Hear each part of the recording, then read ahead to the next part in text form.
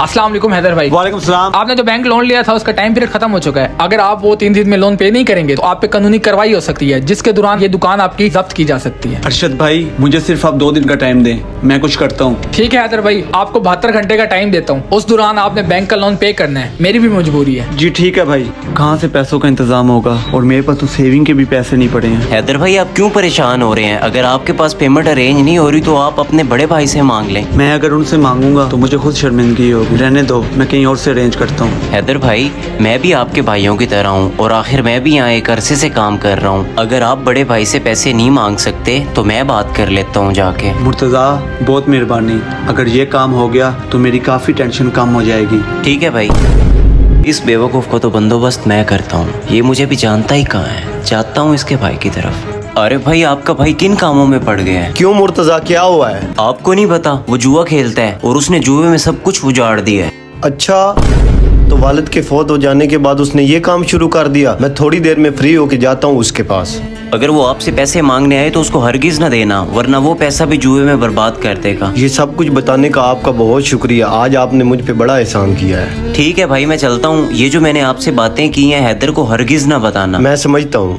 अब आएगा मजा। अब तो इसके लिए ये रास्ता भी बंद हो गया। अब इसका 25 लाख वाला प्लॉट 15 लाख में खरीद के 10 लाख प्रॉफिट कमाऊंगा। हाँ मुर्तजा, क्या बना है पैसों का? मैं जिसकी तरफ गया था वहाँ से पैसों का इंतजाम नहीं हुआ है। तुम गए थे भाई की तरफ? शुक्र है आप नहीं गए, मुझे तो वहाँ जाके बहुत शर्मिंदगी हुई है। क्यों मुर्तजा, ऐसा क्या हुआ है? भाई उन्होंने बोला है पैसे तो मैं दे दूंगा, लेकिन साथ में 20% सूद लूंगा। अच्छा, बड़े भाई इस हद तक गिर सकते हैं, मैंने कभी सोचा नहीं था। इन दोनों भाइयों में तो दरारें मैंने डाल दी हैं, अब वही होगा जो मैं चाहता था। आरिफ भाई सब खैरियत तो है? आपका भाई 25 लाख की प्रॉपर्टी 15 लाख में क्यों सेल कर रहा है? अच्छा, अब तो मुझे फौरन उसके पास जाना चाहिए। मुर्तजा भाई, जिस लड़के की तरफ आपने मुझे भेजा था उससे मेरी प्लाट की डील डन हो गई है और 15 लाख रुपए में मैंने उससे प्लाट डन कर दिया है। आपका ये एहसान मैं कभी नहीं भूलूंगा। हैदर भाई इसमें एहसान की क्या बात है, ये तो मेरा फर्ज था। चले मैं खाना खाऊं। कितना बेवकूफ है, जिस बंदे के साथ ये प्लॉट की डील करके है वो बंदा मेरा ही है।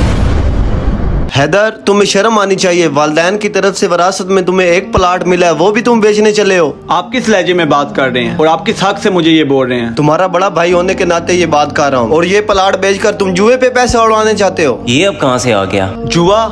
सूद आप खुद खा रहे हैं और जुआरी आप मुझे बोल रहे हैं। शर्म आपको आनी चाहिए। सूद? क्या बके जा रहे हो? मुझे मुर्तजा ने तुम्हारी सारी अय्याशियों के बारे में बताया है। आज तो मुझे लेने के देने पड़ गए हैं। मुर्तजा तो आपके पास मेरी मदद के लिए कुछ पैसे मांगने आया था और आप कैसे भाई हो? आपने आगे से बोला कि मैं पैसे तो दूंगा पर साथ सूद दूंगा। छोटे, मुर्तजा के साथ तो मेरी इस मुतल्लिक कोई बात नहीं हुई। अच्छा, अब बात आप पे आई है तो आप मुकर रहे हैं। मुर्तजा इधर आओ, अभी दूध का दूध और पानी का पानी हो जाता है। हाँ भाई। अब बताओ, हैदर के बारे में तूने मुझे क्या कहा था?